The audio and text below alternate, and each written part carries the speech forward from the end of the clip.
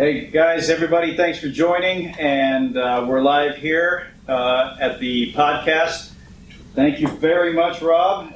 24 Floors Up Consulting Podcast, and this week we have a very special guest, Rob Bartlett with Creative.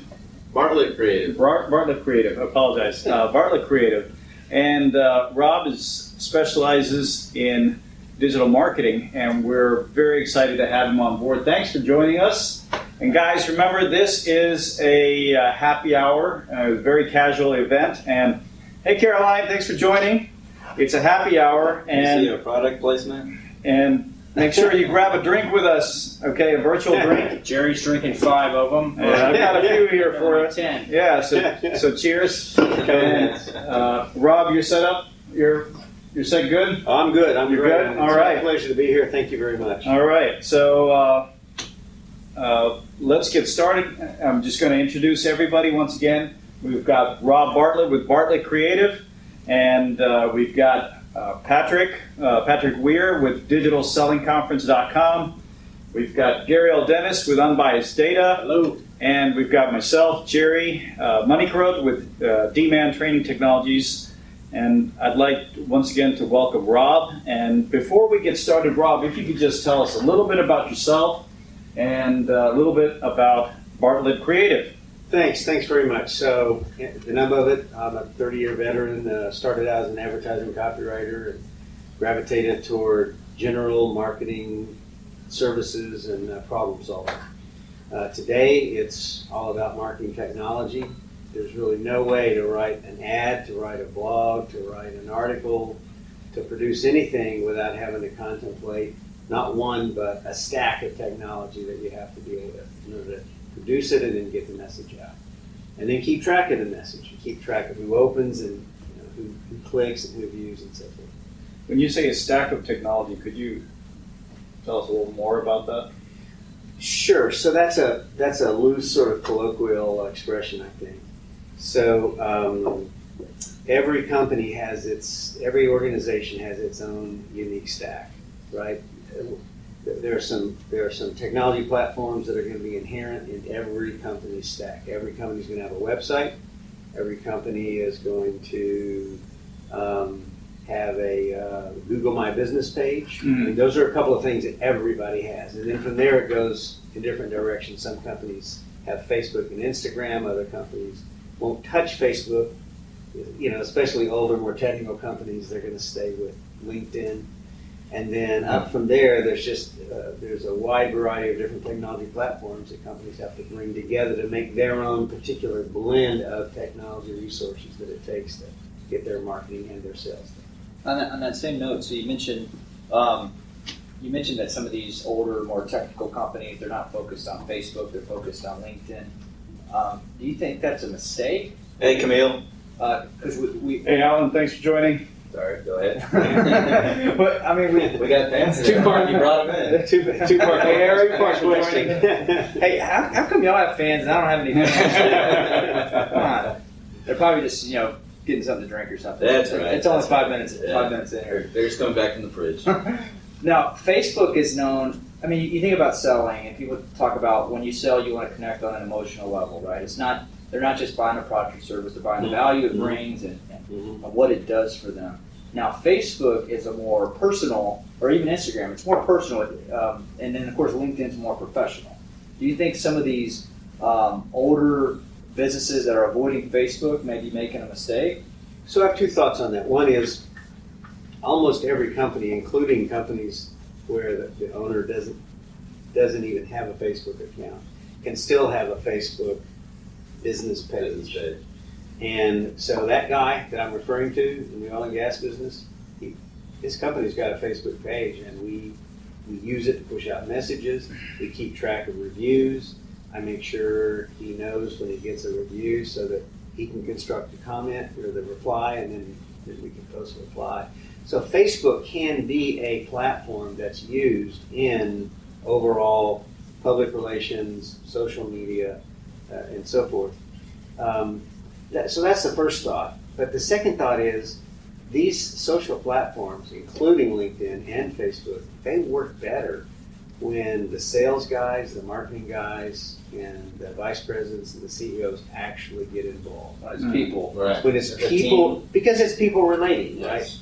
So, for example, a couple of my professional clients, professional services like lawyers or accountants, they're trying hard.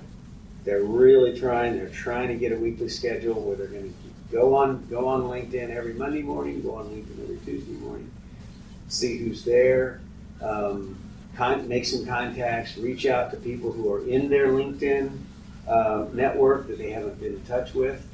I try to help. I try to help these professional services, consulting type business owners. I try to help them get a schedule where they can do something on a regular basis. For some, it's easy. For some, it's hard.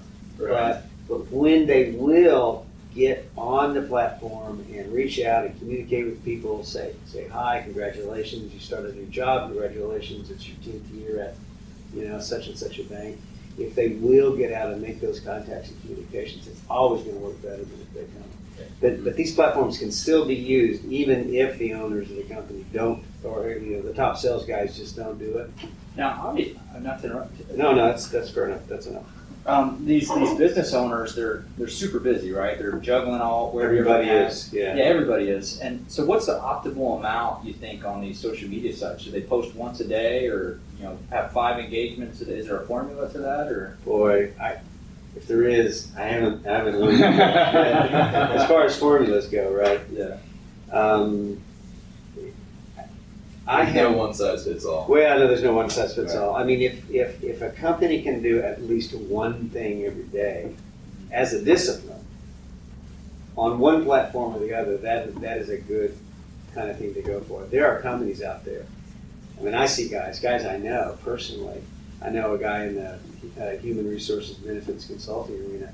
He probably does 5 or 10 LinkedIn posts every single freaking day. Can you do too much? I mean, eventually people might say, "Hey, so here's slow down." no. That's to me. That's the ideal question. I think the thing to do is to look at the engagement, because if someone is posting so many LinkedIn, so you can share an article, you can share a web page, you can create your own post, you can write your own article on LinkedIn, and then post that out to your company page and your personal profile. If someone is getting 1 or 2 engagements on every post, and then the next one gets 0, and then the next one gets 1, and then the next 2 get 0. Either he needs a bigger network, or he needs a more focused It might not be strategy. the right platform for him. Might not be the right platform, or he may just be posting too much. Right. And kind of like Gary said, it might be that he's just kind of wearing out his network a little bit. Or maybe, what do you think about quality of the content? Because you hear different marketers are like, "Hey, put out a lot of content." There's a quality factor. Absolutely, in my opinion, it does. Yeah. It absolutely does. So in Facebook, some people are sell. If someone is always pushing their product, their solution, their whatever, and their friends just sort of get immune to it, then to me that's overselling. So should it be less sell, more engage? Well, And that's hard to define, but I'm not sure what your experience that might look like. I just think it looks like a lot of different things, Sure. right, depending on the situation. But philanthropy is valuable. One of the things I notice is that people who have civic causes that they're involved with, and people who are always posting poetry. One time, good friend of mine, a member of the International Association of Business Communicators, where you guys are going to be presenting next year. She should have a blog with 100,000 followers. She captures the most interesting backyard photographs. She's got a big garden, a lot of plants, flowers, different colors. She captures insect life and animal life, and, lizards, whatever. But she's a writer. She writes for Forbes, among other publications. Right. But she's got a great sense of visual composition and appeal. So she literally is taking a photograph every single day, and she posts them almost every day on Facebook. And you might imagine that she gets a lot of engagement with, even though she's posting every day or virtually every day, she's getting a lot of engagement from those because she posts an image that appeals to people. It's uplifting. It's interesting. It has value. You see something and it's uplifting. We're celebrating the life of Aretha Franklin this week. Right. One of the most, if not the most uplifting singer-songwriters in U.S. music history, if not world history. Mm-hmm. When you intermix sales or marketing communication with uplifting messaging, which she does, or if you're involved in charities and you're always reminding people, help me with this charity, we've got a run or a walk, next month on the 13th or whatever. A certain balance. To me, I see people who can balance their social media communications. Sure. Having, overall better results than those guys that are just sell. Right. Well, I don't want to take too much away from what you're talking about. That's some great content. But Jared, I think it's time for a little station identification. I was just going to say that. Thanks. Go around and make a little more of an introduction of each other. Sure. And so once again, we're here live, 24 floors up. Yeah, Barrett Pierce. Say Barrett. Hey, thanks for joining. 24 Floors Up Consulting Podcast right here in beautiful Houston, Texas. And thanks everybody for joining us. And we once again have Rob Bartlett with Bartlett Creative, digital marketing expert. And I'm going to have our podcast sponsors introduce themselves now. We have Patrick Weir. If you could tell us a little bit about the digitalsellingconference.com. Right. So Digital Selling Conference kind of is bouncing off of what we were all just talking about with Rob here is kind of the emerging trends of sales these days, built off the traditional sales funnel, where you go, where your buyers are at. Traditionally was you go knock on doors, or you pick up a phone, or you do other forms of mailing content. What we're building on is the idea of where our customers are at these days is different than where it used to be, and it's changing so rapidly. And that's where we're trying to help out salespeople and marketing people, as like you said, that when it's a team effort, it works a lot better when the whole organization is on board. Makes sense. You stop leaving money on the table. So the idea is, and there's an interesting stat, I keep bringing it up, but I think it's really important, is that 67% of the customer's journey is now online. Right. So when people want to go look for something, whether it's a product they need for their house or a service that they need to help their company out, they learn that they have the problem, and they go straight to online. They go straight to the computer or their mobile, and they start looking for a solution. Now that's creating a problem for the salesperson and leaving them out of the conversation. So with that's where this conference comes in, where we're bringing on thought leaders and experts to come in, and it's going to be a whole day event, and it's going to be in Galveston, Texas, at the San Luis Resort Spa and Conference Center. I think we got that right. And we're going to have 10 experts and thought leaders talking about various topics on digital selling, so that we can kind of close the gap and bring help our get engaged with our customer early on in the process. So we're not just waiting until the very end of right before the customer hits click and buys something. And that's the whole gist of the conference. Awesome. Thanks, Patrick. And we have the next product sponsor, or podcast sponsor. Sorry, guys. Gary Dennis representing Unbiased Data. So, Gary, if you tell us a little bit about Unbiased Data, please. Sure. So, Unbiased Data, what we do is we use data to make business decisions. So, we'll meet with our clients and look at their data, and in some cases we actually create the data, which is why we call it unbiased data. We're a third party that comes in, looks at the data our clients have, and then we make a business recommendation. So one of the big focuses we have right now is regarding client and employee perception. You may have heard the term human resource analytics, or you may have heard client perception analytics. And so on the client side, we'll actually talk to our clients' clients as a third party and ask them, what do you think about our client? and we have a template to do that and a formula to do that, but in a nutshell, that's basically what we asked. And all that data we collect from our clients we'll use to make a business recommendation. And it's the same way on the employee side. We'll talk to our clients' employees, and we'll provide a business recommendation based on what their employees are saying about our client's business. So if you're working for a company right now and you're not very happy, and there's some things happening within your company that that probably need to be changed, we may come in and we could talk to you, we could talk to your colleagues, and help your management team, your leadership team better understand what's going on within the company, and then we'll provide a business recommendation to back that up. Thanks, Gary, but we've got a little surprise from Gary this week. If you could just mention this a little bit Sure. at least. So not everybody, sorry, I'm juggling Instagram here.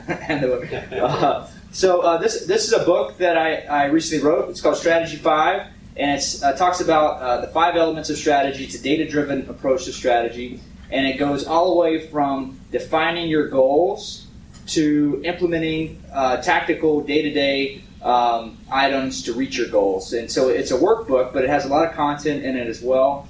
So you start off with defining your 5-year goal, then you have fundamental building blocks to developing your strategy, and then you have day-to-day tactical items in a nutshell. So this will be on Amazon here in the next couple weeks. So keep a lookout for it. Strategy 5. Thank you, Thanks, Gary. Very nice. And I'm excited to check out this book, by the way, so thanks for bringing that treat over for us to take a look at and get a sneak peek. And final product sponsor is D-Man Training Technologies. I'm just representing that. It kind of looks funny from that view with all the cans in front of us. But, That's Jerry. But D-Man Training Technologies, our focus is, or rather, our niche is with healthcare companies, but we help out with marketing consulting and sales training for our customers. And right now, our current focus is digital selling, providing training and education in that aspect. So D-Man Training is another podcast sponsor and also a sponsor at the Digital Selling Conference, or digitalsellingconference.com. So once again, 24 Floors Up, Consulting Podcast. Thanks for joining us, everybody. And I'd like to turn it back to Patrick, is giving everybody a view of the 24 Floors Up here in lovely Houston. Yeah. I'd like to turn it back over to Rob Bartlett at Bartlett Creative. And Rob, we were just talking about selling. I mean, you brought up a lot of points about selling, and Patrick was kind of bouncing off of that, or piggybacking off of that, telling us about how the collaborative efforts are required. And also he talked about, is there too much? Now, you hear Gary Vaynerchuk, he talks a lot about putting a lot of content out there and collaboration. And you also brought up engagement. I know I'm bringing up a lot of things, but how do you put all that together into one? I mean, isn't that, you were talking about stacks and all these things. Well, people find that overwhelming. All these things that we talked about right now, how do you put it together? So I appreciate that question very much. And the reason is, it's so easy when the topic of marketing communications, marketing technology, it's very, very easy to get drawn into the weeds, Yes. the grains of sand, right? So everybody wants to talk about Facebook, Instagram, and so forth all the time. Social media has just been such a hot topic. Everybody wants to talk about it. Everybody wants to find out, as if there's a brass ring in social media that somehow is going to fix marketing or fix sales for organizations that may have an issue. I'm looking forward to getting to know both of your companies better, because you both touched on what I think is the touchstone, which is, what are your goals and what are your problems?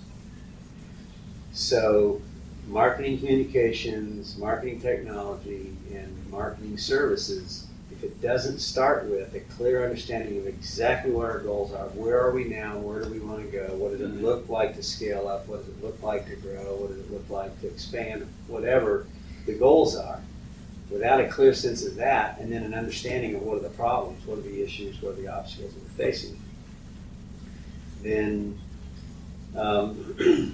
one of the great old sayings in advertising is, I know I'm wasting 50% or more of my advertising. I just wish I knew which 50%. Oh. That's an age-old. Okay. I think I've heard that before. Well, so as far as I know, the vice president of advertising at Hart, Schaffner, and Marks, the clothing retailer, age-old clothing retailer in Chicago, as far as I know, he's the first guy to make that comment. Okay. But for all I know, he heard it in the men's room or down the hall or some other ad guy. You never know where these things start out. But in any case, got to start with goals and got to start with data. Yeah. And so I'm really looking forward to learning a little bit more about both your companies. I found that very interesting what you said about knowing where you are and where you want to go. So when I started consulting with healthcare companies, that was, you would go in there and say, what are you trying to get to? What's your goal? Well, we want more revenue. And it's like, that's not a real goal. Everybody wants more revenue. Right. That's a desire. Right, exactly. So we had to sit down and have these sessions where you sat down and kept talking to them and kept digging down. Where are you right now? Where do you want to get to? And what's stopping you from getting there? And now we can devise a strategy. And it sounds like that's what you're referring to. Am I correct? No, exactly right. Exactly right. I mean, problem solving is the nature of any kind of marketing, sales, strategy work. So It has to be problem solving. What about this? Let me put this question out to you. I have recently written an article about marketing and the article was specifically about brand image. Mm-hmm. And so when I first got into healthcare sales, and I was actually a clinician, but I did that on the side. What I did was, what I thought was sales. I didn't even call it sales in those days. I called it marketing. Mm-hmm. And what I did was, go ahead. Well, that's customary in the healthcare space. Right. There's something about the healthcare space where clinicians in particular are uncomfortable with the very idea of Sales, right? Yes. So marketing becomes a euphemism for sales. Sales. Yeah. So I understand that. That's Right. interesting. Right. They don't want to bring themselves down. Yes, It's perceived that way, right? I'm not, selling to take care of a patient, right? It's just marketing. Yeah. But what I did was, and this was based on the recommendation of people that I believe were much smarter than me. You type out something on a Word document, and get a picture off the internet, stick it on there, and explain how great you are and why they should use you, and run 100 copies off the Xerox machine in the office, and you go door to door and pass it out, and then patients should be flooding in. That's marketing. Right? Yeah, right. So would you say? My question to you is: would you say that kind of alluding to what Gary was saying, just posting stuff on social media is the modern day equivalent of what I just said? Just blasting it out there. Yes. Right? Yeah. I wouldn't disagree. I would not disagree. So how would you make that relevant then on the social media side? I wish I knew. No. I think the beer is making it. Well, it sort of puts you on the spot a little bit to answer that question because it's such a big question. Right. So if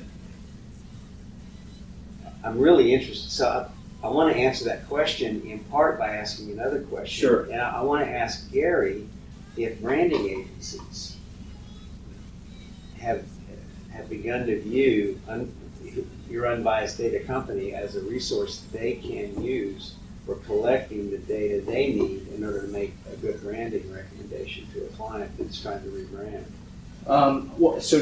We haven't talked to branding agencies, but I've talked to marketing departments within corporations. Okay.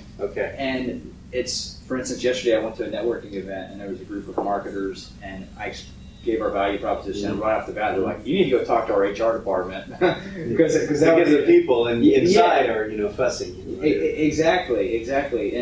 And I had a meeting with a client a couple weeks ago, and it was the owner of the company, a marketer within the company, and we were talking about client perception and what our company does. And the marketing person in the room was actually advocating for us and saying, yes, We want them to go talk to our client because we just launched this product, Mhm. and we want to get unbiased feedback on what our clients think about the product. Right. Because typically what happens if the client's not happy with the product, they're just going to go somewhere else. So they're not going to, they may share some information, but they're not going to have a business discussion of how you can make improvements to make a better product. They'll just tell you enough to keep you away to go find somebody else. But I hope that answers your question. Well, no, that's a good answer, and I really would like to learn a little bit more about how you do it. So let me share two technology platforms that I've used. Hi, Aaron. Hey, thanks for joining. Two technology platforms can sync together to one's a platform and one's a conceptual approach to customer satisfaction surveys and scoring. And this goes all the way back to the early 2000s. In 2003, a guy named Fred Reichheld wrote an article, Harvard Business Review published it, and the headline was, there's only one question you need to know. If you're in customer satisfaction research, you only need the answer to one question.